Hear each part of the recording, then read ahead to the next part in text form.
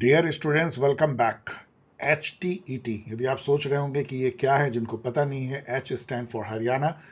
Haryana teachers eligibility test, उसके कई level होते हैं। ये जो क्वेश्चन है ये हाईएस्ट लेवल की है, जो पीजीटी टीचर के लिए है, 11-12 में जो पढ़ाते हैं विथ गुड सैलरी। और ये 2022 की पेपर है जो भेजा है रजनीकांत मिश्रा पीयूष ने।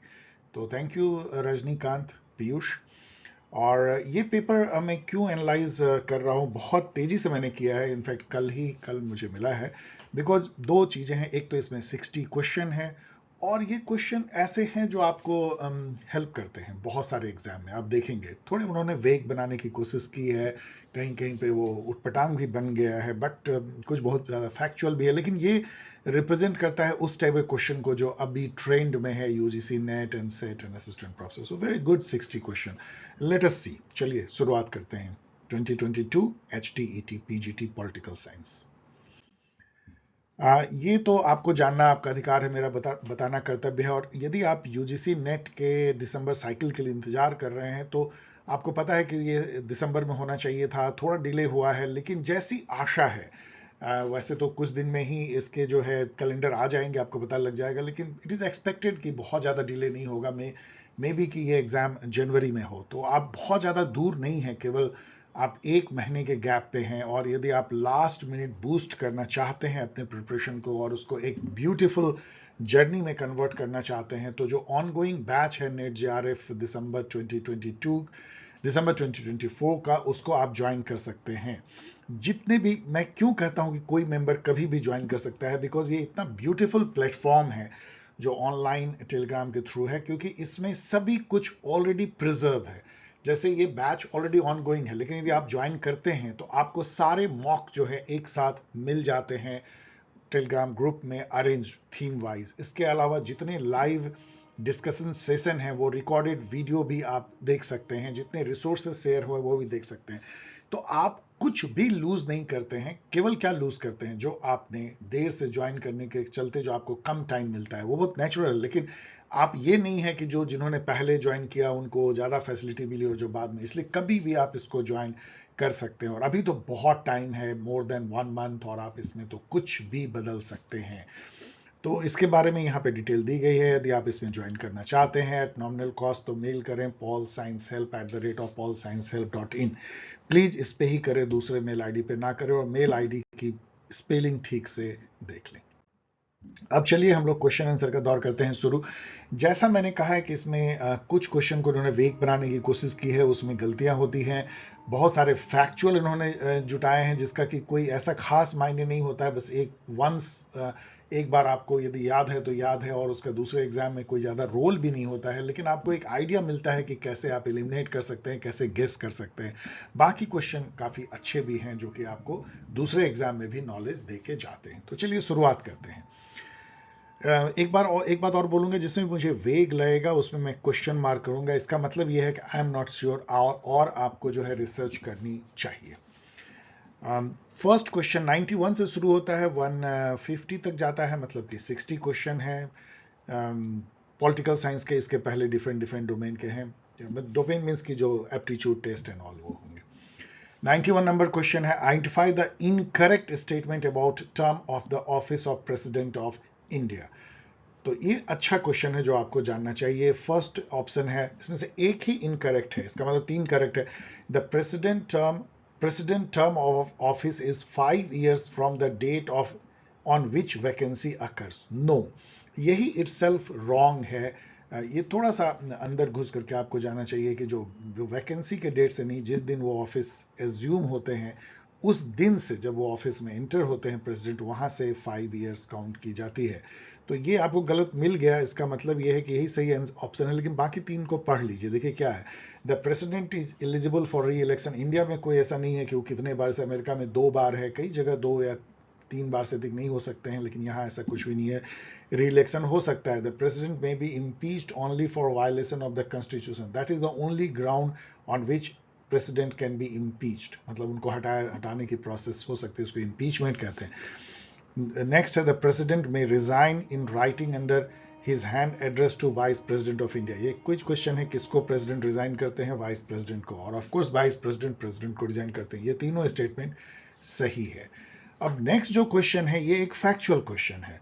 अब ये आप जानते हैं तो जानते हैं, ये बुक है the unipolar world and unbalanced future. किसने लिखा? अब ये आप बिल्कुल आप कह सकते हैं सर मैं क्या जानूं, और कोई भी क्या जाने, तो बस एक बार जान लीजिए। यदि किसी एग्जाम में आगे इसकी बहुत कम चांस है तो आप मुस्कुरा सकते हैं। इसको आप यहाँ देख सकते हैं, यहाँ भी कि इसको लिखा है T.S. Mall and D.H. साको। ये बुक बहुत अच्छी होगी, इसके बारे में यदि कभी टाइम मिले तो थोड़ी बहुत आप पढ़ सकते हैं। The unipolar world and unbalanced future. इसका मतलब जो पोस्ट कोल्ड वॉर में जो वर्ल्ड यूनिपोलर हो गया, जहाँ पे कि एक सुपर पावर है, एक हेजमन है यूएस, तो वो कैसा अनबैलेंस्ड, मतलब इसका मतलब है ये थिंकर जो है बायपोलरिटी को ये बैलेंस मानते हैं। मतलब कि यूएस के पावर को बैलेंस करने वाला कोई नहीं है। चाइना उठ के खड़ा हो रहा है, कोशिश कर रहा है, लेकिन अभी भी वो काफी दूर है। तो यस, एक अनबैलेंस्ड पावर, अनबैलेंस्ड फ्यूचर जो है वर्ल्ड देख रहा है। T.S. Mall and D.S. साको। अब यहाँ पे मैच करना है, ये आसान हो सकता है बिकॉज ये कई एग्जाम में ऐसा पूछा गया है अभी हाल में कि इंडिया के फेडरलिज्म को किस थिंकर ने कहा है, क्वाज़ाई फेडरल किसने कहा है, एक्सट्रीमली फेडरल किसने कहा है, कोऑपरेटिव फेडरल किसने कहा है, कि सेंट्रलाइजिंग टेंडेंसी। ये सब हम लोग ने किया हुआ है, कई बार मैंने आपको बताया, तो ये बहुत आसान हो जाता है। केसी वेयर जो है वो क्वाज़ाई फेडरल के साथ आप जोड़ दे तो ए का 2 और ए के 2 से जो है आप 50-50 गेम देखिए खेल लेते हैं, यही दोनों में सही होगा। एप्पल बाय ने जो है, पॉल एप्पल बाय, इन्होंने कहा था कि एक्सट्रीमली फेडरल है, ये आप लोग को याद रखना चाहिए। तो ये एक्सट्रीमली फेडरल इंडियन सिस्टम को, मतलब ये भी एक अलग है।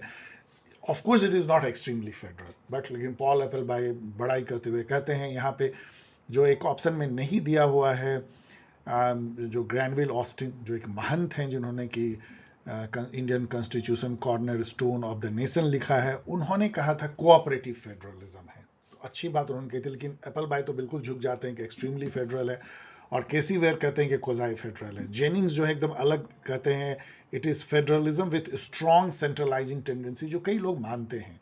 तो मैंने काफी मैच कर दिया, आप इसको मैच कर सकते हैं। इसका मतलब है कि जो बी ऑप्शन है, ये तो मैं भी नहीं जानता, लेकिन आप इसको देख सकते हैं, इंडिया इज ए केस सुई जेनरिस। तो इससे मुझे लगा आप कंफ्यूज करेंगे सुई जेनरिस क्या है। तो सुई जेनरिस का मतलब ये होता है कि वन ऑफ इट्स काइंड, मतलब एकदम ओरिजिनल है। तो इंडियन फेडरलिज्म जो है एक अलग टाइप का फेडरलिज्म है, जो कि इंडियन जो सिचुएशन है पॉलिटी उसके लिए ही बना हुआ है, जिसमें एसिमेट्री है, थोड़ी सी एक तरह का डिफरेंस है, how different federating unit joins, और जो फेडरल यूनिट है उसको काफी ज्यादा पावर है in comparison to the federating unit. Which Prime Minister of India formed the N.R. Pillai Committee to improve the functioning of foreign policy? ये आपके लिए बहुत टफ क्वेश्चन हो सकता है, क्योंकि कई लोग जानते ही नहीं है इस कमेटी के बारे में, और ये जवाहरलाल नेहरू जी के टाइम में N.R. पिल्लई कमेटी बनी थी। तो ये सब बहुत ही डिफिकल्ट क्वेश्चन है, लेकिन एक बार जान लीजिए तो शायद कहीं आपको हेल्प हो जाए। 56 में बनी थी। India's first nuclear doctrine were officially released on, ये भी जो है फैक्चुअल क्वेश्चन है, लेकिन बेहद इंपॉर्टेंट क्वेश्चन है, क्योंकि इंडिया का फर्स्ट टाइम न्यूक्लियर डॉक्ट्राइन जो है वो पब्लिश हुआ था, और ये वाजपेयी जी के टाइम में हुआ था, जनवरी 2003 में। This all are very difficult question. ये इजी क्वेश्चन है, लेकिन आपको नॉलेज देता है। यहाँ पे देखिए, ये जो क्वेश्चन है यहाँ क्या है और इसको कैसे आप क्रैक कर सकते हैं। मैंने कैसे किया, मुझे भी ये सब याद तो मैं रखता नहीं हूँ, लेकिन ये आप भी कर सकते हैं। कैसे? ये कह रहे हैं कि मैच करो कि इधर स्टेट हैं और इधर लेजिस्लेटिव काउंसिल के उनके मेंबर हैं। आपको पता है कि इंडिया में केवल 6 स्टेट के पास में लेजिस्लेटिव काउंसिल है। 4 तो यहाँ पे दिए गए हैं, जो यहाँ नहीं है उसमें यूपी होगा और कर्नाटका होगा। अब यहाँ पे देखिए क्या है कि तेलंगाना, आपको पता है कि जो एमपी या एमएलए एक स्टेट से कितने हैं? लगभग आपको एमपी तो सबको पता रहना चाहिए। जैसे तेलंगाना से आपको पता है ओनली 17 एमपी होते हैं, महाराष्ट्र से 48 हैं, बिहार से 40 हैं, आंध्र प्रदेश से मुझे लगता है 25 है या उससे कुछ अधिक है, देख लीजिएगा 25 है। तो अब ऐसे में आप देखें कि यदि तेलंगाना के पास केवल 17 एमपी हैं, तो सबसे कम जो है एमएलसी भी होंगे, जो मेंबर लेजिस्लेटिव काउंसिल भी सबसे कम होंगे, और सबसे कम यहाँ पे 40 है। इसका मतलब कि तेलंगाना के साथ जो है 2 होगा, डी का 2 होगा, और डी के 2 से ये क्रैक हो जाता है और यही सही है और उसी क्रम में बढ़ता है, क्योंकि आप देखेंगे 17 के बाद 25 है, आंध्र प्रदेश 25 है, तो इसके बाद जो है 58 होगा, तो वही है ए का 3, और उसके बाद फिर बिहार आता है, तो बिहार जो है 75 होगा, और सबसे ज़्यादा महाराष्ट्र 78 होगा। तो जिस सीक्वेंस में नंबर ऑफ एमपी हैं, उसी सीक्वेंस में एमएलए भी होते हैं, मतलब उसी प्रोपोर्शन में एमएलए भी ज़्यादा होते हैं और उसी प्रोपोर्शन में एमएलसी भी होते हैं। आपको यहाँ ये भी पता होना चाहिए, एज पर आर्टिकल 169 या 170, 171, इसी तीन में से एक आर्टिकल है जिसमें कंपोजिशन ऑफ लेजिस्लेटिव काउंसिल, जिसमें ये लिखा हुआ है कि एमएलसी की जो संख्या होगी वो मिनिमम 40 होगी और मैक्सिमम जो है जो एमएलए की संख्या के 1/3 से ज़्यादा नहीं हो सकती। इसको भी याद आपको रखना चाहिए। यहाँ पे भी आप सोच रहे होंगे प्लस प्लस करके इन्होंने क्या दिया है, तो ये इलेक्टेड है और ये नॉमिनेटेड मेंबर है, इलेक्टेड नॉमिनेटेड इलेक्टेड नॉमिनेटेड। तो इसको आप क्रैक कर सकते हैं, मैं ये कह रहा हूँ, इसलिए मीडियम लेवल का क्वेश्चन है ये। देखिए ये अगेन एक बहुत ही मुश्किल है फैक्चुअल क्वेश्चन कि 13, 14, 15, 16 नाम की बैठक कहाँ हुई है, तो सीधा मैंने यहाँ पे दे दिया है, देख लीजिए, आप मैच भी कर सकते हैं। मैंने यहाँ चूंकि आंसर ही दे दिया है तो आप मैच कर लीजिएगा, लेकिन इट्स वेरी डिफिकल्ट। लेकिन अभी जो हुआ है वो 19th नाम हुआ है, वो जरूर याद कर लीजिए। लेटेस्ट है जनवरी 2024 में युगांडा कंपाला में हुआ है, और 18th नाम जो है वो 4 साल पहले हुआ था, वो मुझे लगता है अजरबैजान में हुआ था, बाकू या अजरबैजान में, बाकू अजरबैजान में, चेक कर लीजिए, जहां पे कि अभी COP29 चल रहा है इंसिडेंटली। ओके ये भी बहुत आसान है। Which of the following pair is incorrect, ये इजी है क्योंकि look east policy Narasimha Rao ji के टाइम में 1991 में आया, we all know. Neighbourhood first policy, neighbours first policy, not neighbourhood, जिसको कि आप गुजराल डॉक्टराइन कह सकते हैं, non reciprocal concession to neighbours, ये ऑफ कोर्स ये सही होगा। न्यूक्लियर डॉक्ट्राइन अभी हम लोगों ने देखा जनवरी 2003 में अटल बिहारी वाजपेयी जी के टाइम में आया, तो चौथा ही केवल गलत होगा और यही सही ऑप्शन है, genuine non alignment, Rajiv Gandhi नहीं बल्कि मोरारजी देसाई। इसका मतलब क्या होता था जेन्यून नॉन अलाइनमेंट का, क्योंकि उस समय तक जब मोरारजी देसाई 78 में आए थे, इंडिया काफी ज्यादा जो है सोवियत रूस के पाले में दिखता था। इनफैक्ट वेस्टर्न वर्ल्ड इंडिया को नॉन अलाइन नहीं मान के बोलता था कि शैम है, ये तो सोवियत संघ के पाले में है, एक तरह का सोशलिस्ट कंट्री है। सोशलिस्ट तो हम हो ही गए थे, हम लोगों ने अपने प्रियम्बल में सोशलिस्ट वर्ड इंसर्ट कर दिया था, तो सोशलिस्ट सेमी कम्युनिस्ट कंट्री जो सोवियत रूस के पाले में, ऐसा हमें था माना जाता था। तो मोरारजी देसाई ने कहा कि हमें इसे करेक्ट करना चाहिए, हमें जेन्यून नॉन अलाइनमेंट अपनाना चाहिए, हमें अमेरिका और रूस दोनों से बराबर दूरी रखनी चाहिए। इसका मतलब है कि अमेरिका की तरफ थोड़ी हमें और झुकना चाहिए क्योंकि हम लोग काफी दूर चले गए हैं। विच of the following is not a valid, मैं 100 पढ़ रहा हूं, विच of the following is not a valid criticism of the foreign policy formulation process in India, ये एक वेग क्वेश्चन है। अब देखिए मैं 4 स्टेटमेंट में आपको पढ़ रहा हूं, इसमें से कौन जो है ये वैलिड क्रिटिसिज्म नहीं है। फर्स्ट है, India has always lacked a professional minister of external affair, ये इसका वैलिड क्रिटिसिज्म जो है नहीं हो सकता है। क्यों नहीं हो सकता है, क्योंकि अभी भी जो है जयशंकर हैं जो कि एक डिप्लोमेट रहे हैं, फॉरेन सेक्रेटरी रहे हैं, तो ऐसा नहीं है कि एक्सपर्ट जो है कभी एक्सटर्नल अफेयर मिनिस्टर नहीं रहे हैं, तो ये एक वैलिड क्रिटिसिज्म नहीं है। तो ये भी सही है कि वैलिड क्रिटिसिज्म नहीं है। Domination of foreign affairs by prime minister, ये भी जो है सही है। तो ये एक वैलिड क्रिटिसिज्म नहीं हो सकता है, क्योंकि कोई भी कंट्री का फॉरेन अफेयर जो उसका हेड ऑफ द गवर्नमेंट होता है उसका काफी दखल होता है, और ये कोई गलत बात नहीं है, इसलिए ये भी कोई वैलिड जो है क्रिटिसिज्म नहीं है। इनएडिक्वेट institutional development of foreign services, ये भी बिल्कुल नहीं है, क्योंकि इंडिया में बहुत जो है अच्छी इंडियन फॉरेन सर्विस जो है, बहुत वेल इस्टेब्लिश जो है सेंट्रल सर्विसेज है, उसके ऑफिसर काफ़ी ब्राइट होते हैं, सिविल सर्विसेज के टॉप रैंकर उसमें चुने जाते हैं, इसलिए ये भी जो है not a valid criticism of the foreign policy है। तो चौथा बच जाता है excessive confidentiality of the foreign policy matter. I don't know इसका क्या मायने है, कॉन्फिडेंशियलिटी क्या इंडिया मेंटेन करती है, क्या वो बहुत ज़्यादा है, क्या वो in comparison to other countries के फॉरेन पॉलिसी से बहुत ज़्यादा, आई डोंट नो। तो ये पूरी तरह वेग है और इसमें 3 सही आंसर दिखते हैं, इसलिए ये पूरा जो क्वेश्चन है ये इनवैलिड हो जाता है। और ऐसा अधिकतर मैं देखता हूं, जब क्वेश्चन को वेग बनाने की कोशिश करते हैं तो इनवैलिड होता है।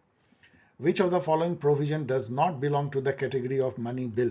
अब यहाँ इन्होंने क्या किया है, एक डेफिनेशन सीधा दे दिया है जो कि खुद ही कहता है। अब यहाँ देखें, बाकी तो छोड़िए, imposition, abolition, remission, alteration, regulation of any tax, ये सब तो ठीक है। Regulation of the borrowing of money by the government, appropriation of the money out of the consolidated fund of India, ये सब तो ठीक है, ये सब मनी बिल के तहत आता है। लेकिन यहाँ पे इन्होंने कह दिया है a bill merely involving expenditure and does not cover any matter mentioned in article 110। ये जो तीनों मैटर हैं 110 के अंदर आते हैं। इनफैक्ट 110 जो है कॉन्स्टिट्यूशन का, उसमें लिखा हुआ है कि ये सब मैटर यदि आएंगे तो वो मनी बिल कहलाएगा।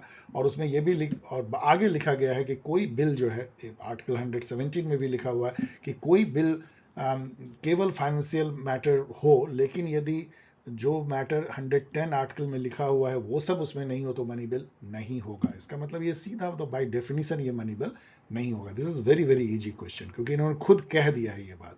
केवल आपको याद रखना है कि आर्टिकल 110 में जो नहीं है, यदि वो बिल है और सिंपली इसलिए कि उसमें कुछ फाइनेंशियल मैटर है, तो ऐसे वो मनी बिल नहीं हो जाता है। ये बाय डेफिनेशन है what is money bill, what is mentioned in article 110। 101 देखिए, on which ground A voter में बी डिसक्वालिफाइड। अब ये जो क्वेश्चन है आप थोड़ा कॉमन सेंस से बना सकते हैं, लेकिन इन सब को जानने के लिए आप थोड़ा सा ब्राउज कर सकते हैं the representation of the people act 1951। उसमें तमाम बातों के अलावा ये भी है कि किस ग्राउंड पे कोई जो कैंडिडेट है वो डिस्क्वालीफाई हो सकते हैं, कोई कैंडिडेट बन ही नहीं सकते हैं, क्या कंडीशन है, और किस ग्राउंड पे जो वोटर हैं उनको भी वोटिंग के अधिकार से वंचित किया जा सकता है। तो उसमें जो है, यदि आप कहीं पे रेजिडेंस नहीं है, आपका कोई प्रूफ ही नहीं है कि आप यहाँ रेजिडेंस है, तो किया जा सकता है। आपने कोई क्राइम किया है, कोई इलीगल प्रैक्टिस या करप्ट प्रैक्टिस में इन्वॉल्व का प्रूफ हो चुका है, या अनसाउंडनेस ऑफ माइंड है, तो इन सब ग्राउंड पे आप, कॉमन सेंसिकल है कि इन सब पे आपको डिनाई किया जा सकता है।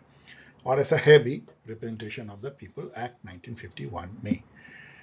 102 देखिए, when did the UN General Assembly officially pass a resolution for the establishment of a new international economic order? ये आप गेस कर सकते हैं यदि आपने बहुत वाइड रेंजिंग स्टडी की, जैसे मैं अब इतने सालों से एनालाइज कर रहा हूं, तो मैं बिना जाने, मतलब कि मुझे नहीं पता था कि किस डेट को, लेकिन मुझे ये पता है कि, और आपको भी यदि इस तरह से पता है कि 73 में 4th NAM समिट हुआ था अल्जीरिया में, जहां पे कि न्यू इंटरनेशनल इकोनॉमिक ऑर्डर का प्रस्ताव पास किया गया था। ये बहुत ही फेमस फैक्ट है।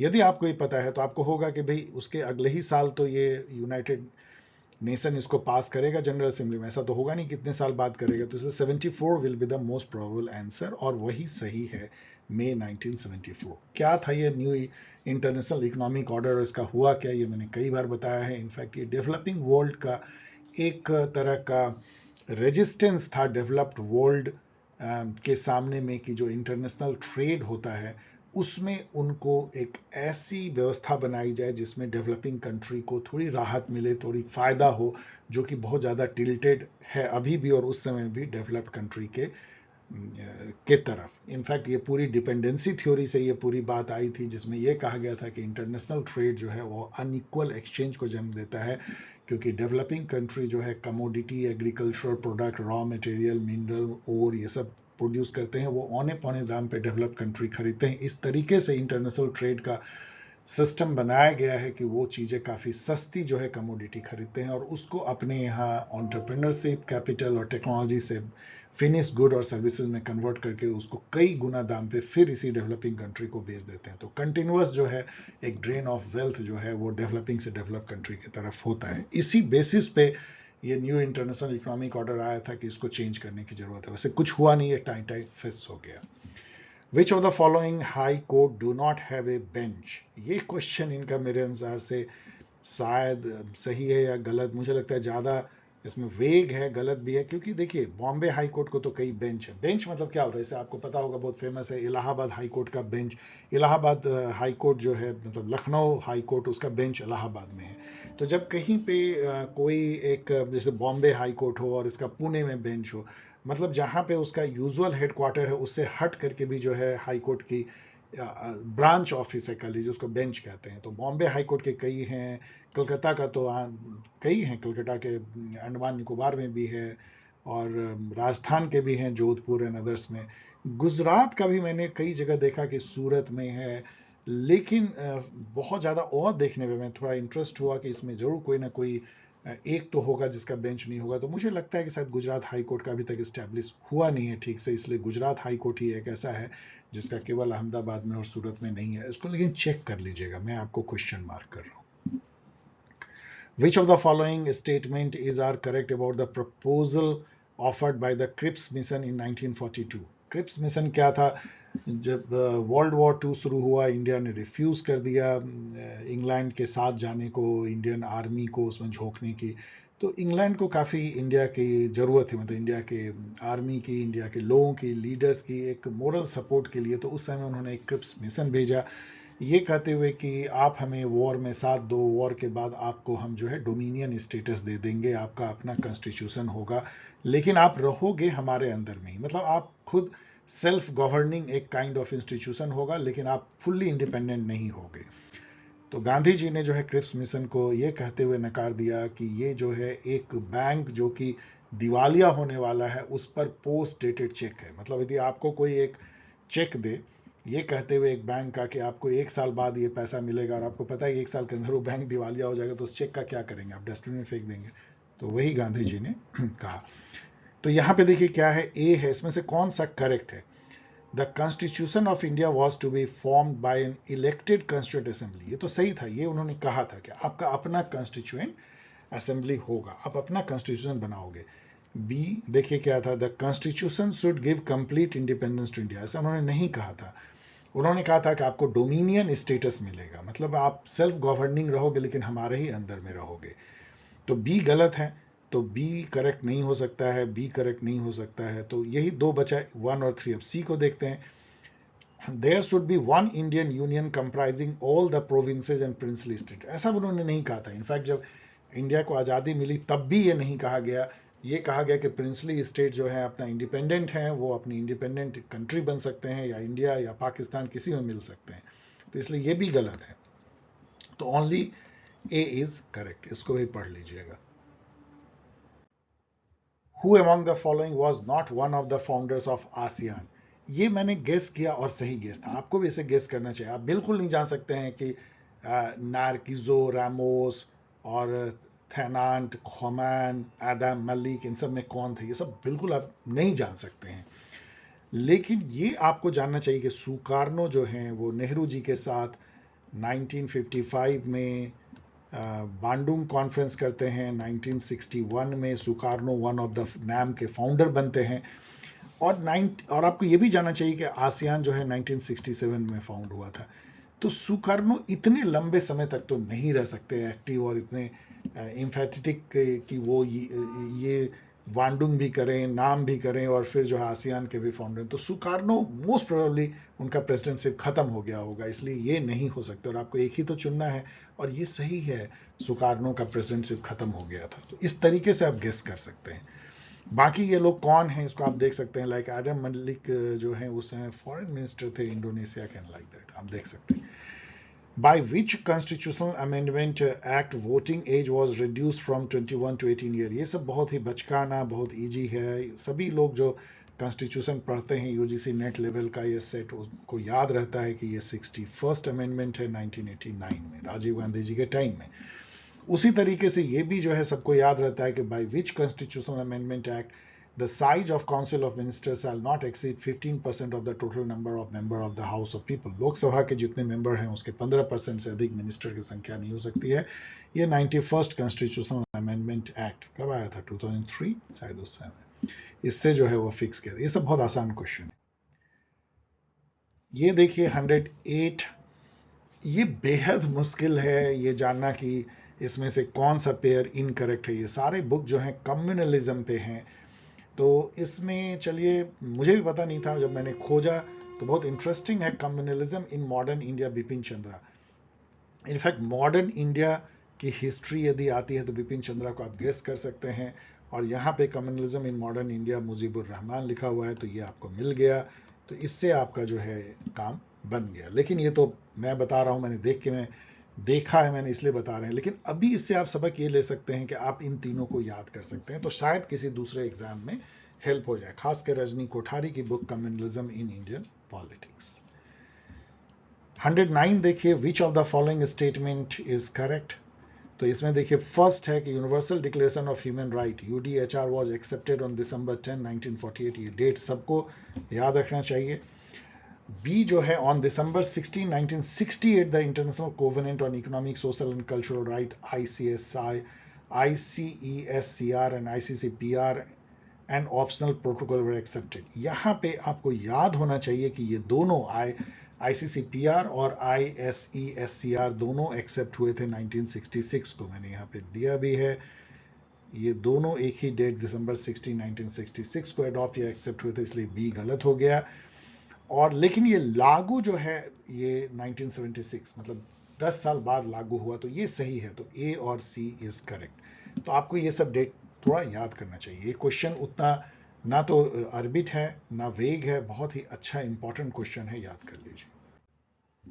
Which of the following statement is incorrect. ये बहुत आसान है, हम लोग सब जानते हैं कि प्रियम्बल जो है कॉन्स्टिट्यूशन का इंटीग्रल पार्ट तो माना गया है केशवानंद भारती केस में, बाद में LIC ऑफ इंडिया केस में, एक समय में नहीं माना गया था बेरूबारी केस में। तो ये फैक्ट सब तो मैं आपको हमेशा बताता रहता हूं, लेकिन ये भी हमें जानना चाहिए और बहुत ही आसान टाइप ऑफ फैक्ट है कि प्रियम्बल जो है वो जस्टिसिएबल नहीं है। मतलब लीगली आप कोर्ट में नहीं जा सकते कि प्रियम्बल में लिखा हुआ है हमको नहीं मिल रहा है। तो preamble of India is not enforceable in court of law, इसलिए दिस स्टेटमेंट इज रॉन्ग। आपको रॉन्ग मिल गया, इसका मतलब ये तीनों सही है। The preamble indicate the sources from which the constitution derive it's authority. The preamble states the object which Constitution seeks to promote or try to achieve. The preamble constitutes India into a sovereign, socialist, secular, democratic republic. ये क्रम भी याद कर लीजिए, sovereign, socialist, secular, democratic republic. Which of the following statement is incorrect about impeachment of a judge of the Supreme Court?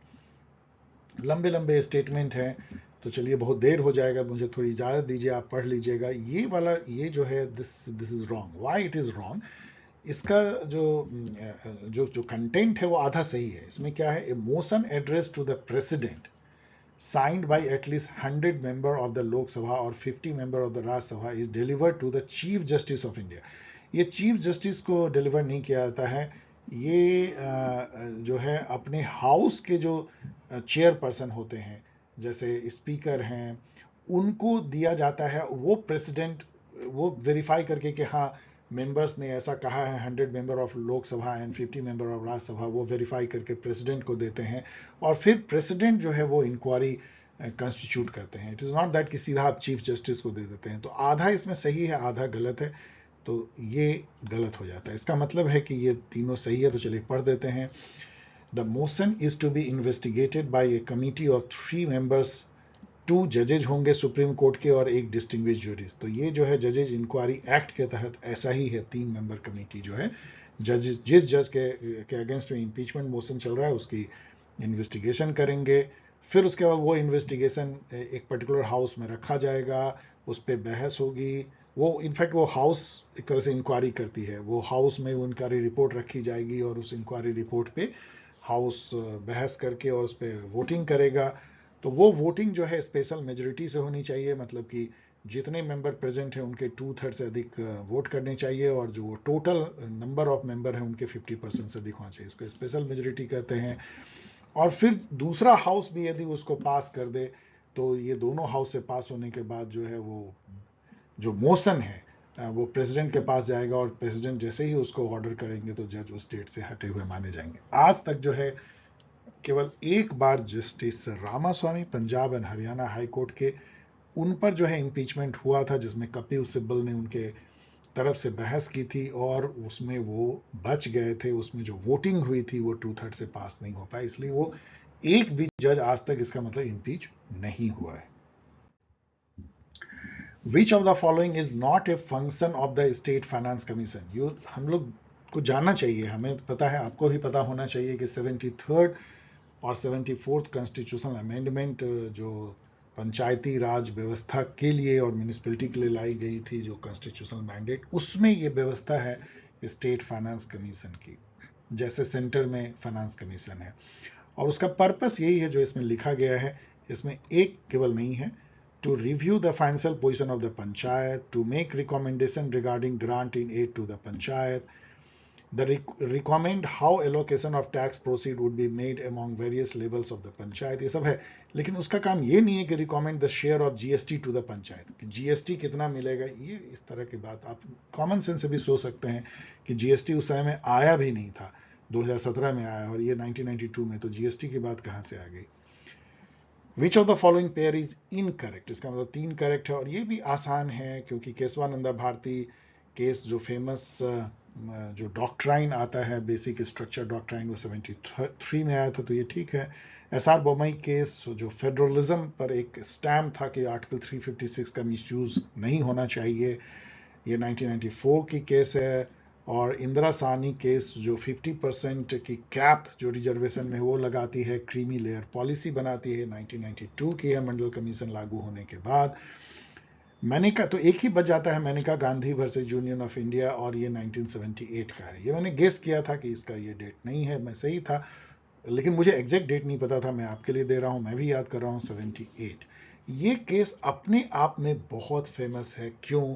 क्योंकि इस case में मेनका गांधी ने सवाल उठाया था कि उनका पासपोर्ट ले लिया गया था, और वो जर्नलिस्ट थी, और उनमें उनको नहीं बताया गया कारण कि क्यों उनका पासपोर्ट जो है गवर्नमेंट ने इम्पाउंड कर लिया। इम्पाउंड मतलब उसका पासपोर्ट उनको एक तरह से छीन लिया उनसे, और कहा कि आप फॉरेन नहीं जा सकते हो। जब उन्होंने पूछा क्यों नहीं जा सकते हैं, तो रीजनल पासपोर्ट ऑफिसर ने बताया कि ये आपको हम नहीं बता सकते, देश के हित में, पब्लिक इंटरेस्ट में आपका लिया जा रहा है। तो वो कोर्ट में गई कि ये तो बिल्कुल आर्बिट्रेरी है कि उन्होंने मेरा पासपोर्ट ले लिया है। पासपोर्ट ऑफिसर ने कहा कि हमारे रूल में लिखा हुआ है कि पब्लिक इंटरेस्ट में हम पासपोर्ट ले सकते हैं। तो इस पर यह हुआ कि भाई आपके रूल में कुछ भी लिख दिया जाएगा आर्बिट्रेरी, तो क्या आप उसको फॉलो करोगे क्या? तो मतलब जो आपने किया वो प्रोसीजर इस्टेब्लिश बाय लॉ तो है, लेकिन खुद जो लॉ है वो आर्बिट्रेरी है। तो इससे ये हुई कि डॉक्ट्राइन जो है केवल ये नहीं है कि आप due procedure as establish by law केवल करोगे, जो प्रोसीजर है इटसेल्फ और जो लॉ है वो इटसेल्फ जो है वो आर्बिट्रेरी नहीं होनी चाहिए, विम्स फैंसीज पे बेस्ड नहीं होना चाहिए, वो भी लॉजिकल होना चाहिए, जिसको हम कहते हैं due process doctrine, due process या ड्यू प्रोसीजर डॉक्ट्राइन। तो ये जो है डॉक्ट्राइन, इससे और भी जुडिशियल रिव्यू का दायरा बड़ा हो जाता है। अब केवल कोर्ट ये नहीं देखेगी आपके जब फंडामेंटल राइट हार्म होंगे, like right to life, liberty, कि वो हार्म जो है as per procedure as establish by law के तहत किया जा रहा है, मतलब कानून है उसके तहत किया जा रहा है, लेकिन वो कानून खुद ही सबस्टेंटिव वे में कहीं गलत तो नहीं है, कहीं आर्बिट्रेरी तो नहीं है, इसको भी कोर्ट देखेगी। ये दोनों अलग अलग बातें, जरा सोचिएगा। Which of the following was not an important outcome of the Russian President Boris Yeltsin visit to India in January 1993? ये सब कॉमन सेंसिकल क्वेश्चन है जो आप आसानी से टैकल कर सकते हैं। जब बोरिस येल्त्सिन आएंगे तो क्या आप सोचते हैं कि ये वो कहेंगे कि Russia to put pressure on Pakistan to withdraw from Pak occupied Kashmir? ऐसा कभी कोई फॉरेन अफेयर में नहीं कहता कि हम बीच में पड़ के और पाकिस्तान को भगा देंगे। तो ये तो आप कॉमन सेंस से कह सकते हैं। नहीं, इसका मतलब क्या हुआ?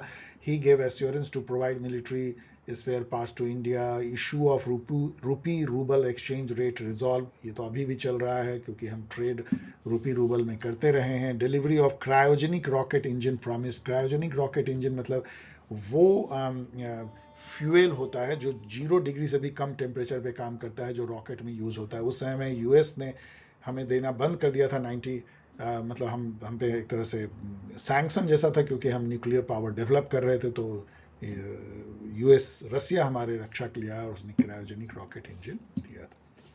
So this is Which of the following is not an international obligation of India according to Article 51?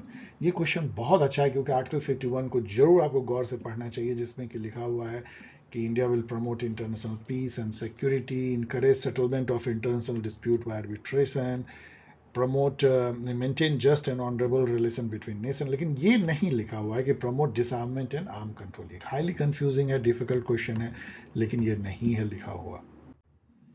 To reorganize the state or to alter their boundary, the union parliament require, ये आर्टिकल 3 में लिखा हुआ है और इसके लिए एक simple majority चाहिए। इनफैक्ट इसको आर्टिकल 368 के तरह कॉन्स्टिट्यूशनल अमेंडमेंट भी नहीं माना जाता। एक सिंपल मेजोरिटी से पार्लियामेंट स्टेट के बाउंड्री को चेंज कर सकती है, उसका नेम चेंज कर सकती है, उसके एरिया को बदल सकती है एंड ऑल, लेकिन इसमें एक कंडीशन है कि प्रेसिडेंट चाहे तो जिस स्टेट का एरिया एंड बाउंड्री इफेक्ट हो रहा है उसके लेजिस्लेचर को अपनी व्यू देने के लिए कह सकते हैं, और उसके लिए उनको टाइम देना होगा। आर्टिकल 3 ठीक से पढ़ लीजिएगा। 117 देखिए, विच of the following provision of the constitution require ratification by not less than one half of the state legislature for amendment। ये आर्टिकल 368 के तहत लिखा गया है कि आर्टिकल 368 में अमेंडमेंट में कुछ ऐसे प्रोविजन जो इंडिया के फेडरल स्ट्रक्चर को अफेक्ट करते हैं, जो उसका बेसिक स्ट्रक्चर है, उसको चेंज करने के लिए नॉट ओनली स्पेशल मेजोरिटी चाहिए पार्लियामेंट की, बल्कि 50% से अधिक स्टेट के द्वारा भी सहमति चाहिए। वो सब ये सब है, manner of election of president, provision itself of article 368 को चेंज करना, स्टेट की representation in parliament, supreme court and high court के बारे में सब देख रहे हैं, फेडरल स्ट्रक्चर को अफेक्ट करता है। ये सभी के लिए आपको जो है 50% ऑफ स्टेट की सहमति चाहिए। ABCD जानना चाहिए। आर्टिकल 368 को गौर से पढ़ने पे आप ये जान जाएंगे। और ये है article 3। In which SAARC meeting of the SAARC summit, South Asian Development Fund SADF was reconstituted in the form of SAARC Development Fund। अब ये सब इतना अर्बिट है, SAARC खुद ही तो एक तरह से मृत प्राय है, मर चुका है, लेकिन वो अपने डिफरेंट टाइप के क्वेश्चन से स्टूडेंट को परेशान करता है। आई डोंट नो क्यों पूछा जाता है, कोई रिलेवेंस नहीं है, एंड हाउ इट मैटर्स कि कब SADF जो है SDF में कन्वर्ट हो गया। तो चलो ये 13 SAARC समिट में हुआ, दैट्स ऑल, भूल जाओ इसको, मैं कहूँगा। Identify the incorrect statement about the composition of council of state. तो ये अच्छा है, राज्यसभा के बारे में इन्होंने पूछा है, लेकिन ये इतना वेग क्वेश्चन इन्होंने बनाया है, देखो क्या है, मुझे लगता है ये क्वेश्चन गलत इन्होंने फ्रेम कर दिया है। इसमें सभी सही है। The council of state Rajya Sabha shall composed of not more than 250 member, बिल्कुल सही है, यही लिखा गया है। 12 of the members shall be nominated by president, ये बिल्कुल लिखा गया है। The remainder of 238 members shall be representative of the state and union territory, ये बिल्कुल सही है। यहाँ पे आके इन्होंने सोचा होगा कि इसके लैंग्वेज को हम कंफ्यूज कर देंगे। बेसिकली अभी यदि आप देखें तो 233 मेंबर हैं प्लस 12 तो 245 हैं, लेकिन 245, लेकिन मैक्सिमम तो 238 हो ही सकते हैं। अब 5 कम है, वो ज़्यादा हो सकते हैं, इसलिए ये भी अपने आप में सही है कि यदि 250 मैक्सिमम हो सकते हैं, 12 नॉमिनेटेड हैं, इसका मतलब मैक्सिमम 238 मेंबर इलेक्टेड हो सकते हैं। और nominated member shall be chosen amongst person having special knowledge और practical experience in literature, science, art and social service. Theatre नहीं है। यदि आप ये सोच रहे हैं कि हमने थिएटर घुसा दिया और इसके चलते ये गलत हो गया, तो बहुत ही बदमाशी है स्टूडेंट के साथ में इतना। तो आई डोंट नो कि ये क्या, मतलब इस 3 और 4 में से किसको ये गलत साबित करना चाहते हैं और किस बेसिस पे। यदि इस बेसिस पे कि थिएटर वर्ड गलत है तो ये मिसचीफ है। एनीवेज ये सब वेग है, लेकिन आप इसको नॉलेज आपको काफी इससे मिल गया, आपका काम हो गया। In the post Nehru era, which statement is incorrect about the regional objectives of Indian foreign policy? तो पोस्ट नेहरू एरा में देखिए कौन सा इनकरेक्ट है जो हमारा रीजनल ऑब्जेक्टिव रहा है 65 के बाद। Expansion of India's military power, don't know. Promote bilateral ties with South Asian neighbours, yes. Minimise Chinese influence in neighbouring state, yes. Seek US mediation to resolve Indo Pak problem, कभी नहीं। इस तरह कभी होता नहीं कि रसिया आ जाए और मेडिएट कर दे, यूएसए आ जाए और हम स्टेटेड हमारी पॉलिसी बन जाए, नो। हम बायलैटरल सुलझाना चाहते हैं। इसका मतलब ये भी सही है, expansion of India's military power. Who among the following said the theory of nationality is more absurd and more criminal than the theory of socialism?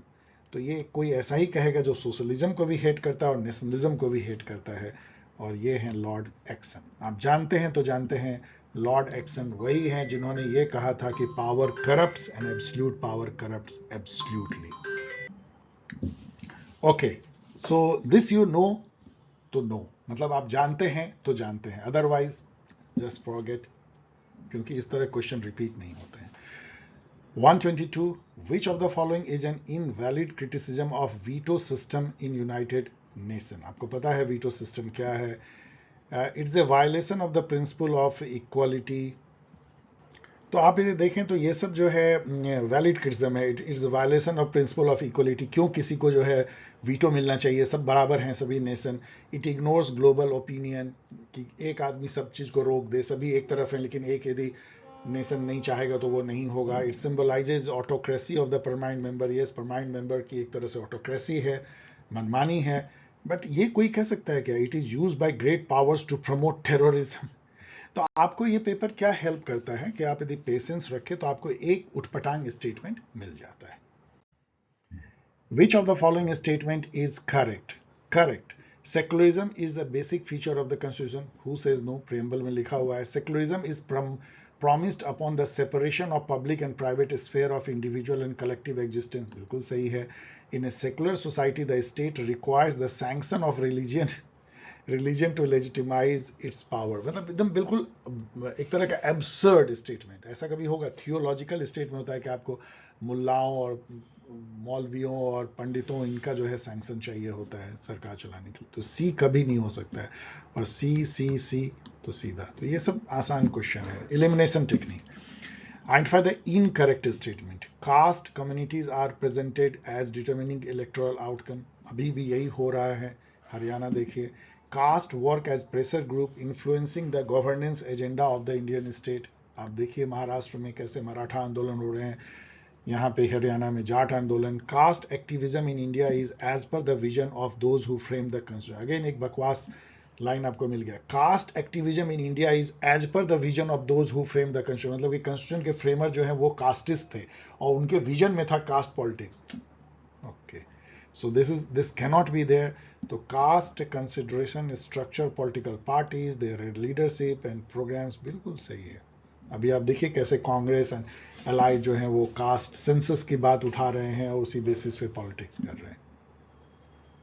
In fact यहाँ पे मैं एक बात जरूर कहूँगा, ये मेरी ओपिनियन है, मुझे ऐसा फील होता है कि 75 ईयर्स के जो इलेक्टोरल पॉलिटिक्स इंडिया में रहा, वहाँ कास्ट डिमिनिश होने के बजाय जो है और ज़्यादा ताकतवर होकर के एक पॉलिटिकल रियलिटी के रूप में उभर चुका है। अब इंडियन पॉलिटी ज़्यादा जो है कास्ट ओरिएंटेड हो चुकी है। उस जमाने से जब नेहरू जी थे और वाजपेयी जी थे, उस जमाने से काफ़ी ज़्यादा। आप उसको मतलब इग्नोर नहीं कर सकते। Everywhere there is caste in electoral politics. Which of the following pair are correct? तो यहाँ पे देखिए, ये जो बुक है the political economy of development of India, ये बहुत फेमस है, प्रणब वर्धन की। यदि आप मेरे साथ बने हुए हैं इन PYQ में तो आपको याद हो गया होगा। अतुल कोहली की जो बुक है the state and poverty in India, ये बहुत फेमस है। और अमृत केसेन की डेवलपमेंट एज फ्रीडम भी बहुत ही फेमस बुक है। तो एक तरह से ये सभी बहुत वेल नोन बुक हैं, इसलिए आसान है ये। विच of the following statement is incorrect? अब यहाँ देखिए, पार्लियामेंट में by law form a new state by separation of territory from any state और बाय यूनाइटिंग टू और मोर स्टेट और पार्ट्स ऑफ स्टेट और बाय यूनाइटिंग एनी टेरिटरी और part of the state. ये तो आर्टिकल 3 में लिखा गया है, सही है। पार्लियामेंट में by law increase the area of the state, parliament में by law diminish the area of the state. Of course the parliament में by law alter the federal structure of the constitution of India. अब again एक absurd statement, ऐसा कभी नहीं हो सकता। ये तो बेसिक स्ट्रक्चर है, उसको तो पार्लियामेंट किसी तरह से चेंज नहीं कर सकती आफ्टर केशवानंदा भारती की जो बेसिक स्ट्रक्चर डॉक्ट्राइन है। तो आपको एक एब्सर्ड स्टेटमेंट मिल गया, लगातार एक एब्सर्ड स्टेटमेंट आपको इधर मिल रहा है। Which of the following statement about the legal theory of right is are incorrect? ये क्वेश्चन वेग है क्योंकि इसमें कोई ऑप्शन सही बैठता नहीं है। देखिए, लीगल थ्योरी ऑफ राइट क्या कहता है जेरेमी बेंथम है कि rights are created by state by positive law. हवा में नहीं है, कोई नेचुरल राइट नहीं होती है। स्टेट है, कानून है, तो लॉ, तो आपको अधिकार है। तो बी जरूर होना चाहिए। तो बी जिसमें नहीं है ना, इसमें बी नहीं है, इसमें बी नहीं है, इसमें बी नहीं है, इसका मतलब एक ही सही हो सकता है, वो है rights are absolute and rights are created by state. Rights are inherent in man नहीं होगा, ये नेचुरल राइट है। और राइट्स आर आर्टिफिशियल। अब यहां आके आप सुपर कंफ्यूज हो सकते हैं, क्योंकि देखिए, राइट्स आर एब्सोल्यूट कभी लीगल थ्योरी ऑफ राइट नहीं बोलेगा, क्योंकि राइट कानून से गाइडेड होते हैं। कोई कानून एब्सोल्यूट नहीं है, तो आपको एब्सोल्यूट राइट नहीं मिल सकता है। Rights are artificial in one way, it is true in legal theory of right, क्योंकि राइट जो है वो कानून से बनते हैं। कानून खुद एक आर्टिफैक्ट है, तो उससे बना हुआ चीज भी आर्टिफिशियल ही होगा, कोई नेचुरल राइट नहीं है। तो यहां आके आप पूरी तरह कंफ्यूज हो जाएंगे, कुछ भी आप नहीं निकाल सकते हैं, इसलिए ये क्वेश्चन वेग है। Which of the following is an incorrect demerit of democracy? Incorrect demerit. Democracy is a very expensive form of government. ये ट्रू है, क्योंकि इलेक्शन करवाना, लोगों के ओपिनियन पूछना, सबको साथ लेके चलना बहुत खर्चीला होता है। डेमोक्रेसी एक्सपेंसिव होता है। कई लोग तो कहते हैं कि गरीब कंट्री अफोर्ड नहीं कर सकता डेमोक्रेसी। तो इसका एक क्रिटिसिज्म है, वैलिड क्रिटिसिज्म है। Democracy is slow and sluggish, क्योंकि सबको साथ लेके चलना होता है, डिसीजन मेकिंग स्लो होती है। Democracy puts emphasis on quantity and not quality. भीड़ तंत्र है, मतलब क्योंकि मेजोरिटेरियनिज्म है, हम हेड काउंट करते हैं, ना कि क्वालिटी, मेरिट पे नहीं जाते। तो चौथा बच जाता है, democracy fails to develop political intelligence of the people. बिल्कुल गलत है, क्योंकि ये तो उल्टा है। इनफैक्ट डेमोक्रेसी, इलेक्टोरल डेमोक्रेसी जो है, लोगों के पॉलिटिकल जो नॉलेज होता है उसको शार्पन करता है। अब इंडिया में देखिए ना, लोग कितने पॉलिटिकली जो हैं वो एक तरह से चालाक, सयाने या बुद्धिमान हो गए हैं, किस तरीके से वोटिंग करते हैं। 129. The desire of the makers of the constitution to create a secular state was also essentially a response to India's plural social order. कौन बोलेगा नहीं? सॉरी, सेकुलरिज्म जो है वो यही तो है कि प्लूरलिज्म को बढ़ावा देता है। यहाँ पे कई धर्म, कई इथनिसिटी, कई लैंग्वेज के लोग हैं, तो सेकुलरिज्म होने से जो है सभी अपने को सुरक्षित फील कर सकते हैं कि कोई किसी की वन अपमैनशिप नहीं होगी। The framers of the Indian Constitution placed the Uniform Civil Code in the directive principle of state policy.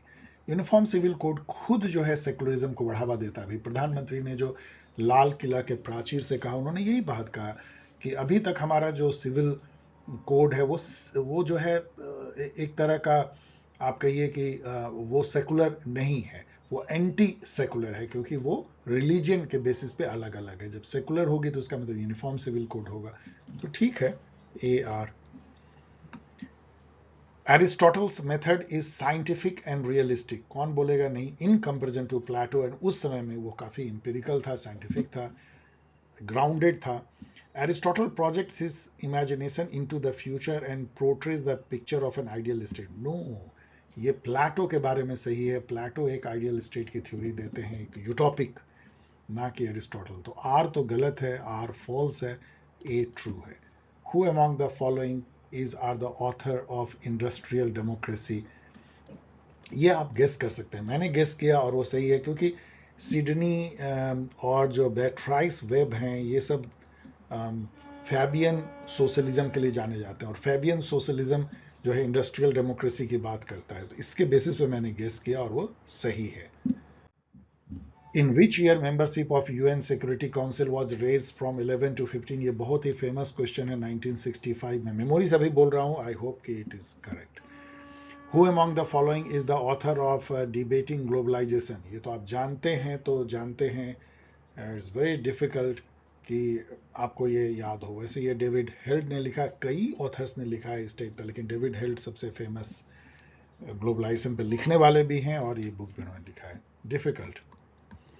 Which of the following pair about trust territory and administering state is incorrect? ये होता क्या था, world war 1 के बाद जब league of nation बनी थे, तो बहुत सारे जो एरिया थे उनका एडमिनिस्ट्रेशन, गवर्नेंस किसी दूसरे कंट्री को दे दिया गया था, जब तक कि वो एक फुल फ्लेजेड नेशन नहीं बनते हैं। उसको ट्रस्टीशिप कहते थे, मतलब एक तरह से आप उसको हेल्प कर रहे हैं इन गवर्निंग।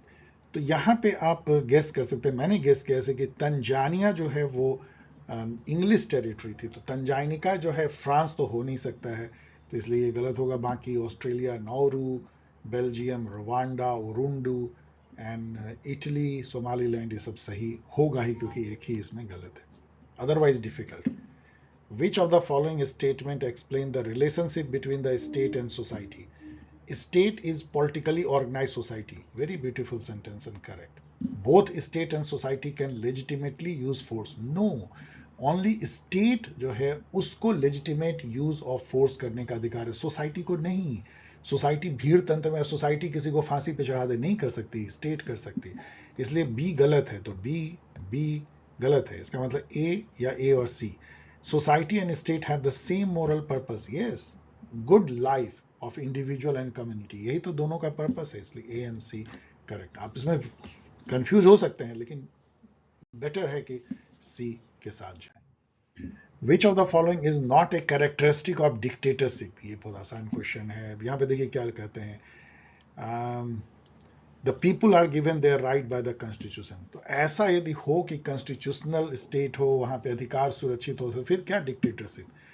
तो इसलिए ये तो बिल्कुल गलत है। Dictatorship believe in one party, one leader, one programme. People are expected to have complete faith in their leader. The leader represents national unity and prestige. तो ये सब सही है। Which of the following pair is incorrect? United Nation industrial development, UNIDO Vienna में headquarter है UNIDO का। International Labour Organization का London में नहीं है, इसका जिनेवा में है। जिनेवा, जिनेवा, जहां पे कि स्विट्जरलैंड में जिनेवा है, जहां अधिकतर यूनाइटेड नेशन के हेडक्वार्टर है। तो यही आपको मिल गया, गलत है। तो यूनिवर्सल पोस्टल यूनियन का बर्न में है। बर्न कहाँ है?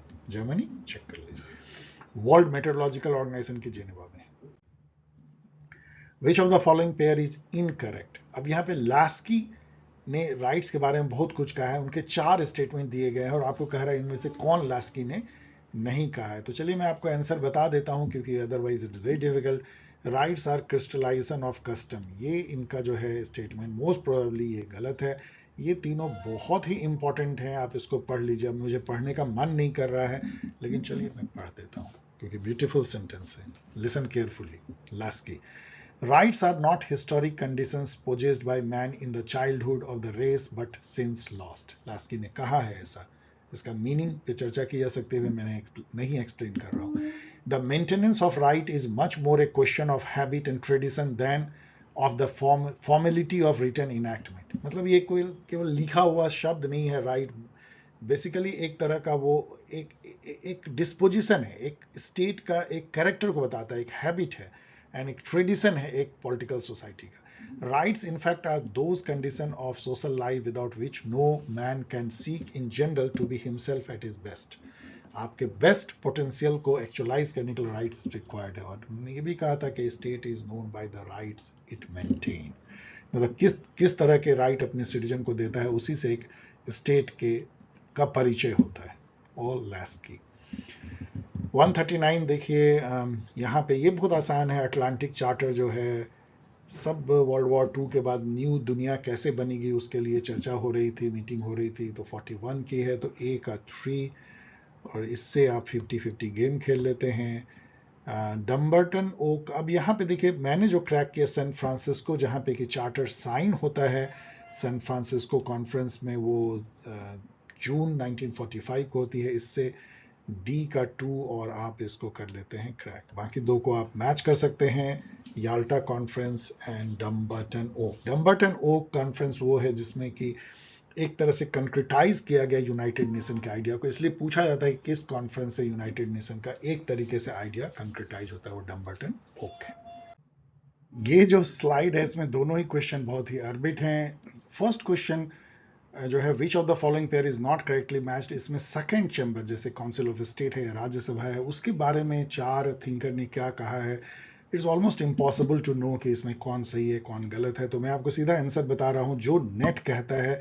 आई एम नॉट श्योर, लेकिन मुझे लगता है कि ये सही है, क्योंकि Benjamin Franklin was not a supporter of second chamber. तो उन्होंने ऐसा नहीं कहा होगा कि almost any social second chamber is better than non. तो ये ही इनकरेक्ट है। लेकिन ये जो क्वेश्चन है, इसका डेफिनेट आंसर जो है आपको मिल सकता है, लेकिन ये इतना अंदर की बात है कि आई डोंट नो कितने लोग इस तरीके से पढ़ते हैं, और पढ़ने की ज़रूरत भी है। ये बेसिकली आर्टिकल 108 और 109 की बात है, चैप्टर 18 में यूएन चार्टर का, जिसमें कि चार्टर को कैसे अमेंड कर सकते हैं और रिव्यू कर सकते हैं, उस पर बहुत सारी बातें हैं। उस पर ये दोनों ही स्टेटमेंट सही हैं। Any amendment to the UN charter can become effective तभी जबकि सभी परमानेंट मेंबर उसके लिए एग्री करें और 2/3 यूएन मेंबर सपोर्ट करें। तो ये सही है। इसके अलावा रिव्यू करने की बात थर्ड में है। General conference of the United Nation to review the charter can be held only with the support of 2/3 member and 10 members of the Security Council. ये भी सही है। लेकिन जो थर्ड स्टेटमेंट है कि if such a conference is not organised before 10th annual conference of the General Assembly, then it can be organized with the support of majority of assembly members and आगे cut भी गया है and 7 of the Security council member लिखा था, वो 7 नहीं है, वो है majority of the Security council member, majority of the General assembly member and majority of the 2/3 majority of the General assembly member and majority of the Security council member, जो कि 15 में से 8 होना चाहिए। तो बहुत ही वेग है ये सब, चलिए भूल जाइए इसको। 141 देखिए, विच of the following pair is incorrect. अब ये मैंने गेस किया, और ये मैंने जस्ट ऐसे गेस किया कि सेवा जो है, मुझे इन सब में बहुत डिफिकल्ट है आपको जानना कि मानुसी, जागोरी, ये सब जो इंस्टीट्यूट हैं वुमेन एम्पावरमेंट के लिए, वो कब कब हुए हैं। लेकिन सेवा जो है बहुत फेमस है, क्योंकि इला भट्ट भी पूछा जाता है, इन्होंने इसको इस्टेब्लिश किया था 1972 में, तो ये 76 है, मुझे फॉर्चुनेटली याद था, तो मैंने इसको क्रैक किया, लेकिन it is very difficult. Which of the following pair about article of the UN charter is wrong. मैं हमेशा कहता हूँ स्टूडेंट को कि एक बार चार्टर और चैप्टर जो है यूएन चार्टर के जो आर्टिकल और चैप्टर को एक बार ब्राउज कर लीजिए, ये रटने की जरूरत नहीं है, देख लीजिए। तो ये तो थोड़ा डिफिकल्ट हो जाता है यहाँ पे, लेकिन एक बात यदि आपको पता है, जो कि इस क्वेश्चन के थ्रू आप जान लीजिए, कि कोई मेथड नहीं है कि कोई मेंबर यूनाइटेड नेशन से रिजाइन कर दे। आप रिजाइन नहीं कर सकते हैं, देयर आर इनडायरेक्ट मेथड कि आप हट सकते हैं, लेकिन ब्रेक्सिट जैसे था कि आप यू से हट जाते हैं, उस टाइप का आप हट नहीं सकते। तो रिजाइन वर्ड ही नहीं हो सकता, इसलिए ये गलत होगा। बाकी आर्टिकल 3, 4, 5 सही मैच्ड है, पढ़ भी लीजिए। ये बहुत आसान है, क्योंकि साइलेंट वैली केरला में है, तो ए का 3 और ए के 3 से ही 50-50 आप खेल लेते हैं, और दलित पैंथर जो है महाराष्ट्र में है, तो बी का 4 और उससे ये हो जाएगा क्रैक। बाकी दोनों को मैच कर लीजिए। चिपको आंदोलन उत्तराखंड में होता है, और नव निर्माण आंदोलन जिसमें जयप्रकाश नारायण भी थोड़े इन्वॉल्व होते हैं, वो गुजरात में होती है। 145 जो क्वेश्चन है, इसको मैं बिल्कुल आपके लिए मैं छोड़ रहा हूँ। यहाँ पे क्या है, ये एकदम अरबिट है। इसमें डेफिनीशन ऑफ डेमोक्रेसी कहते हैं कि सार्टोरी ने, लुकास ने, बर्नार्ड कर्क ने और क्रैनस्टन ने कैसे दिया है, और इतने इंटरेस्टिंग सेंटेंस है, बट इज़ वेरी डिफिकल्ट, क्योंकि नेट पे भी इसका नहीं है कहीं पे, किसी बुक से इन्होंने दिया है। आप रिसर्च करें और मुझे भी बताएं तो I will be very happy. जैसे इसमें आप देखें कि स्टेटमेंट है कि डेमोक्रेसी, शी मतलब democracy, she is everybody's mistress. Very provocative statements हैं। High flown name for the something which does not exist, मतलब इस तरीके से आप उसको डिराइड कर रहे हैं, मजाक उड़ा रहे हैं। डेमोक्रेसी का एक ऐसा एक नाम, बहुत ही नाम बड़े पर दर्शन छोटे टाइप का कुछ नाम है डेमोक्रेसी, ऐसा कुछ डेमोक्रेसी है ही नहीं। It's a noun but should be an adjective, मतलब ये कोई चीज होने की भावना है, लेकिन ये कुछ है नहीं। ये मतलब एडजेक्टिव है, गुण है। और it is nothing but different doctrines in different people's mind, मतलब कि सबके मन में अलग अलग है कि डेमोक्रेसी ये है, डेमोक्रेसी ये है। जैसे हाथी, अंधे लोगों के लिए हाथी कैसा है, उस टाइप का। चलिए बस इतना ही, मैं आपको इसको छोड़े जा रहा हूँ। Which of the following thinker consider economic equality as a pre condition to political liberty. Of course Laski. वो कहते हैं कि यदि इकोनॉमिक इक्वलिटी नहीं है तो पॉलिटिकल लिबर्टी मायने नहीं है, उसके मीनिंगलेस है। लगभग इसी तरह की बात जो है अम्बेडकर जी भी करते हैं। अब यहाँ पे देखिए, ये मैच करना है डिफरेंट जो इंडियन ऑपरेशंस हैं। ऑपरेशंस मतलब केवल ओनली जो है आर्मी की नहीं है, कई ह्यूमैनिटेरियन भी हो सकते हैं, कुछ न्यूक्लियर बॉम्ब्स है। लाइक ऑपरेशन शक्ति जो है 1998 में जब हम लोगों ने सेकेंड पोखरण किया था, उसको ऑपरेशन शक्ति नाम दिया गया था। फर्स्ट को स्माइलिंग बुद्धा कहा गया था, बी का 1। तो बी का 1 और इससे देखिए आप 50-50 गेम खेल लेते हैं। ए का 2 दोनों में है, इसका मतलब है कि ऑपरेशन तलवार जो है 1999 में हुई होगी। मैंने यहाँ पे लिखा भी है ये क्या थी।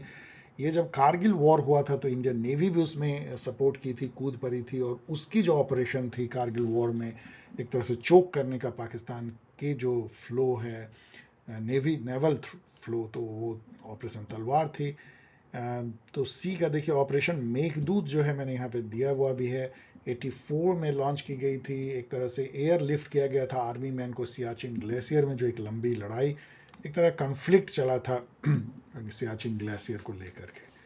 तो ये 1984, सी का 4, और इससे हो जाती है आपका ये क्रैक। तो सी का 4 और ये हो गई क्रैक। इसका मतलब है कि ऑपरेशन खुखरी जो है ये 2000 में हुई है। क्या है यहाँ पढ़ लीजिएगा, ये सियरा लियोन में। और क्यों खुखरी रखा गया? क्योंकि उसमें गोरखा रेजिमेंट जो थी वो इंडिया की वो पीस कीपिंग मिशन में भाग ले रही थी। खुखरी आपको पता है कि उनकी पारंपरिक जो है हथियार होती है गोरखाओं की।